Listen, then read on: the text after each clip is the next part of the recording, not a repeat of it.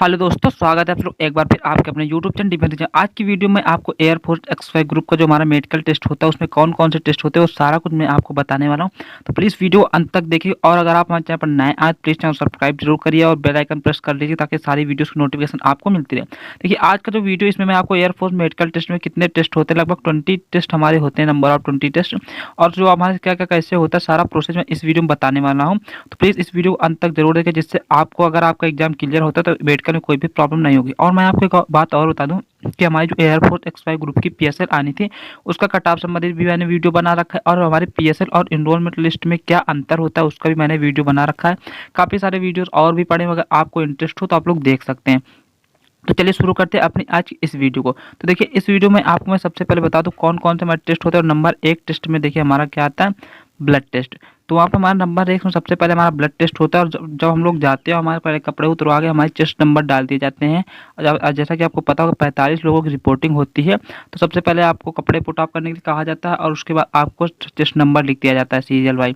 उसके बाद सबसे पहले क्या होता है, आप लोगों को ब्लड देना होता है, क्योंकि ब्लड 2 बार लिया जाता है, एक बार पहले ब्रेकफास्ट से पहले और एक बार ब्रेकफास्ट के बाद शुगर के लिए। तो हमारा ब्लड टेस्ट जो होता है दो बार होता है। उसके बाद देखिए सबसे पहले जब सुबह शुरुआत होती है तो हमारा क्या होता है, हाइट होता है, वेट होता है और चेस्ट।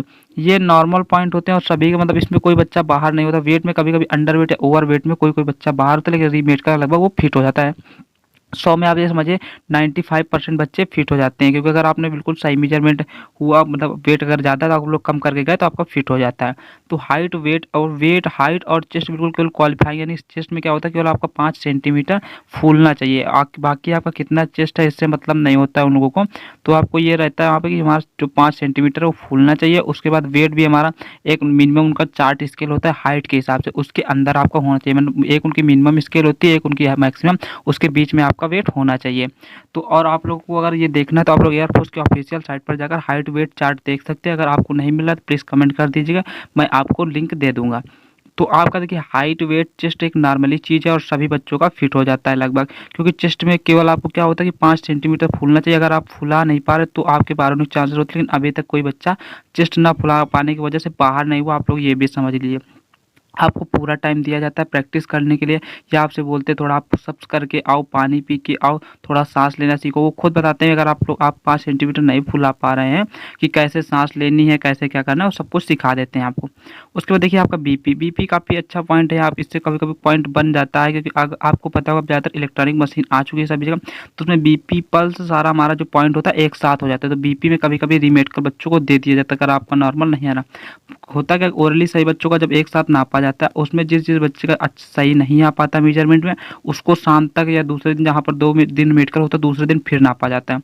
तो बीपी आपका 2 से 3 बार मेजरमेंट किया जाता है ताकि आपको शांत रहने के लिए, और आपसे बात भी करते हैं वो लोग कि आपको कोई ज़्यादा टेंशन लेने की जरूरत नहीं होती है उसमें बीपी की टाइम। उसके बाद देखिए हमारा ईएनटी भी इंपॉर्टेंट पॉइंट है। ईएनटी में देखिए आपका ईयर नोज थ्रोट जो कि जैसा कि होता है, और इसमें काफ़ी सारे बच्चे बाहर होते हैं, इसमें काफ़ी पॉइंट बनते हैं हमारा। आपको पता हो ईयर में जो कान के पर्दे में छेद होता है, किसी के पर्दे में सफ़ेद सफ़ेद दाग दाग बना होता है, तो दाग में काफ़ी बच्चे बाहर। नोज में आपको पता होगा आपका डीएनएस का पॉइंट बनता है।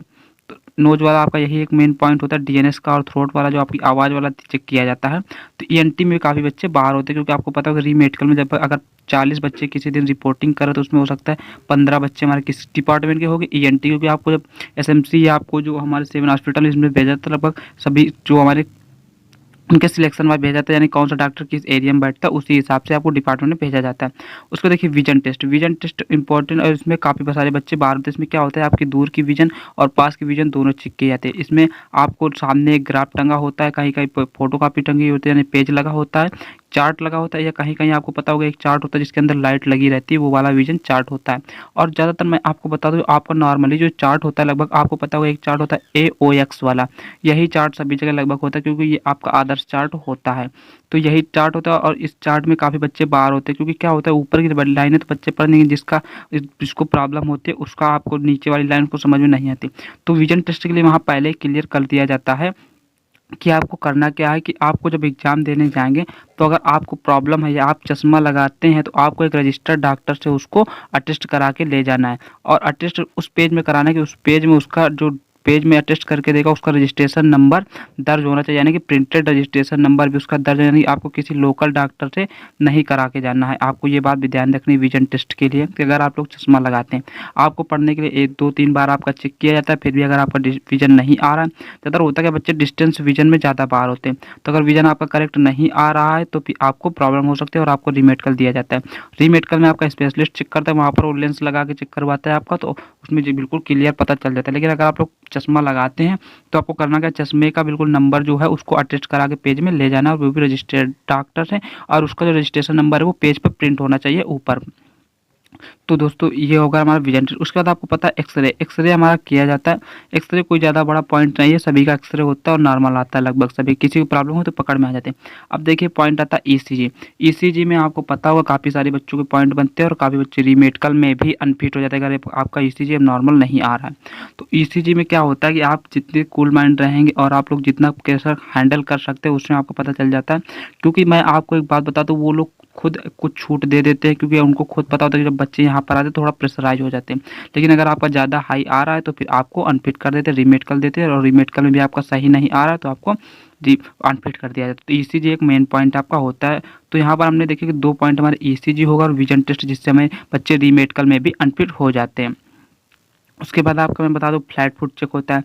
तो तो आपको पता ही होगा अगर आपका होगा तो पकड़ में आ जाएगा, क्योंकि वो लोग पैर जब नीचे करवा के हमारा देखते हैं तो एंगल अगर उसमें आपका कर्व बना हुआ है तो आप लोग फिट है, नहीं तो अनफिट होगा तो आपको रीमेडिकल दे जाए। और रीमेडिकल में क्योंकि इतनी जल्दी ये सही भी नहीं होता है, तो बाई चांस अगर आपको मिले तो प्लीज़ प्रैक्टिस करके जाइएगा। कुछ लोग जूते वूते वगैरह बनवा लेते हैं तो उससे भी कभी कभी कवर हो जाता है। उसके बाद देखिए हियरिंग, हियरिंग हमारी नॉर्मल होती है, आदर्श वाली वैसे ही कराई जाती है। और आपको क्या होता है कि आपको आपका जो रूम होता है जहाँ पर आपका मेडिकल हो रहा था, आपको इस कोने में खड़ा कर दिया जाएगा। और यहाँ पर आपको बता दूं, जैसे आपको यहाँ पे इस कोने पर खड़ा कर दिया गया और एक बच्चा आपके बगल में खड़ा होकर एक पेज लेकर उसमें पेंसिल से ऐसे कर कर कर कर कर रहा होगा, और एक ऑफिसर यहाँ पर बैठकर कोई नंबर बोल रहा होगा। आपको उल्टा साइड को इस तरफ को मुंह करके घुमा के बैठा दिया जाता है और आपको जो ऑफिसर नंबर बोल रहा है तो वो बताना होता है। लगभग सभी का फिट हो जाता है, इसमें मेरे साथ में कोई मेडिकल अनफिट नहीं होता। अब देखिए इंपॉर्टेंट पॉइंट आता है दोनों हाथों के एंगल। इसको हम लोग क्या बोलते हैं, 2 चीज़ें इसको बोले थे, मैंने हिंदी में लिखा ताकि आपको समझ में आ जाए। एक को बोलते हैं हम लोग क्यूबिटस वल्गस और एक को क्यूबिटस वायरस बोला जाता है। क्यूबिटस वल्गस क्या होता है, हमारे जब हाथों का एंगल ज़्यादा, जब हमारे हाथ बाहर के लिए ज़्यादा मुड़े होते हैं तो हमारा क्या पॉइंट दिया क्यूबिटस वल्गस, और जब हमारे हाथ एक एंगल के मुताबिक अब अंदर की ओर जो मुड़े होते हैं तो उसको हम लोग क्यूबिटस वायरस बोलते हैं। मोस्ट इंपॉर्टेंट पॉइंट, और यहाँ से बच्चे काफ़ी अनफिट होते हैं और रीमेडिकल में भी अनफिट हो जाते हैं। तो आपको भी यही करना होता है, इसलिए बोला जाता है कि आप लोग मेडिकल में जाने से पहले अपना प्री चेकअप करा लें। इसका देखिए हाथों में पसीना ना, काफ़ी बच्चों को रीमेडिकल इसमें भी दिया जाता है और बच्चे अनफिट भी हो जाते हैं रीमेडिकल में भी। तो हाथों में पसीना आना एक काफ़ी इंपॉर्टेंट पॉइंट है, और अगर आप पकड़ गए तो आपके लिए पार होने के चांसेस भी बढ़ जाते हैं। देखो उसके बाद हमारा एक पॉइंट ये हो गया नौकनी। नौकनी से भी बच्चे रीमेडिकल में भी अनफिट हो जाते थे, क्योंकि इसमें क्या बोलता है आपकी जो हमारी दोनों टांगे होती है, उस पैर होते हैं, उनके बीच में एक थोड़ा सा गैप होना होता है कंपलसरी, सभी के जो नॉर्मल आदर्श होता है। और किसी किसी के हमारे जो होते हैं वो दोनों घुटने जुड़ रहे होते हैं, तो वहाँ पर आपको नौकनी पोजीशन, और किसी किसी के बीच में जो हमारा गैप ज़्यादा होता है, तो गैप ज़्यादा होता है तो वहाँ पर भी आपको अनफिट कर देता है। लेकिन रीमेडिकल में आपको चांस दिया जाता है, और अगर आप लोग क्या करते हैं, कुछ लोग किसी थेरेपिस्ट के पास जाते हैं और वो लगभग करेक्ट भी हो जाता है, उनका नौकनी प्रॉब्लम अगर नॉर्मल हुआ तो उनका मेडिकल फिट हो जाता है, लेकिन अनफिट होने के चांसेस भी नौकनी में रहते हैं। उसके देखिए जंपिंग, जंपिंग कोई टेस्ट नहीं, लेकिन जंपिंग कराने से आपको क्या, उनको पता चलता है कि आपके पैर में या कोई फ्रैक्चर तो नहीं हुआ, तो जंपिंग वो जब वो लोग कराते हैं तो उनको क्लियर हो जाता है कि आपका फ्रैक्चर तो नहीं हुआ। उसके बाद आपको पता है सिटअप्स भी करवाते हैं, उसमें जब आप कुछ बच्चों के जो हमारे पैरों से चट चट की आवाज़ आती है कट कट की, उसके लिए भी चेक किया था, उसमें काफ़ी बच्चों को रीमेडिकल देता है, लेकिन रीमेडिकल में वो बच्चे फिट हो जाते हैं, क्योंकि आपके कोई बच्चा कभी कभी उसकी हड्डियों में कोई प्रॉब्लम होती है इस वजह से, लेकिन लगभग बच्चे फिट कर दिए जाते हैं। तो जंपिंग हमारा यही एक पॉइंट होता है कि आपका चेक किया जाता है कि पैर पर कोई फ्रैक्चर तो नहीं हुआ है। उसको देखिए आपको पता होगा आपका डेंटल टेस्ट, डेंटल टेस्ट में आपके दांतों के जोड़ लिखे जाते हैं कितने पॉइंट है, और आपके दांत देखे जाते हैं कोई मतलब प्रॉब्लम तो नहीं है, दांत गंदे तो टार्टर वगैरह तो नहीं लगा, ये हमारा डेंटल टेस्ट में होता है। अब स्कोलिसिस, स्कोलिसिस भी इंपॉर्टेंट पॉइंट है, रीढ़ की हड्डी वाला जिसे बोला जाता है, और इसमें काफ़ी बच्चों को रीमेडिकल दिया जाता है। तो रीमेडिकल का एक पॉइंट ये भी है स्कोलिसिस, इसमें काफ़ी बच्चों को रीमेडिकल देते हैं, लेकिन रीमेडिकल लगभग फिट हो जाता है कुछ बच्चों को छोड़कर।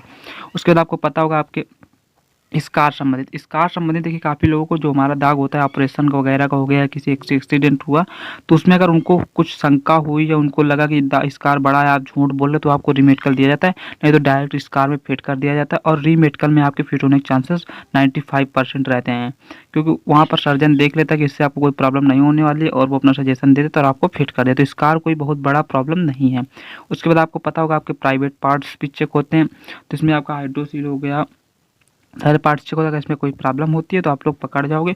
और रीमेडिकल में अगर फिर स्पेशलिस्ट देखता होगा उसको सही नहीं लगता तो अनफिट कर दिया। तो उसके बाद कलर ब्लाइंडनेस तो कभी कभी एक दो बच्चा पकड़े जाते हैं, तो नहीं तो ज़्यादातर बच्चों को सही होता है, क्योंकि आपको पता होगा काफ़ी कम लोगों को कलर ब्लाइंडनेस होता है।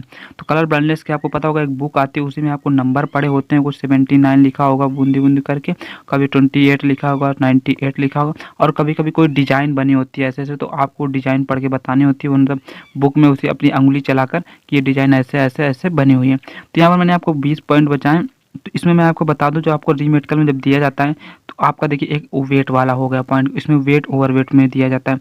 उसके बाद आपका बीपी ईएनटी विजन टेस्ट, तो विजन टेस्ट हो गया हमारा, ओवरवेट हो गया और ईएनटी, ये 3 पॉइंट इधर हो गए। और इधर मैं बता दूं आपको फ्लैट बॉडी का जो दोनों हाथों का एंगल होता है, नौकनी हो गया और हाथों में पसीना ना, इन तीनों पॉइंट में से लगभग एक किसी को पॉइंट बना दिया जाता है। उसके बाद हमारे देखिए स्कोलिसिस में काफ़ी बच्चों को हमारा रीमेडिकल दिया जाता है, प्राइवेट पार्ट्स में जिसका प्रॉब्लम होता है। और कलर ब्लाइंडनेस वाला तो मान लो अनफिट होना ही तय होता है, क्योंकि उसको कोई बच्चे अगर बुक याद करके चला जाए, उसका नहीं पकड़ा गया तो नहीं बोल सकते, नहीं तो कलर ब्लाइंडनेस वाले बच्चा अनफिट हो जाता है।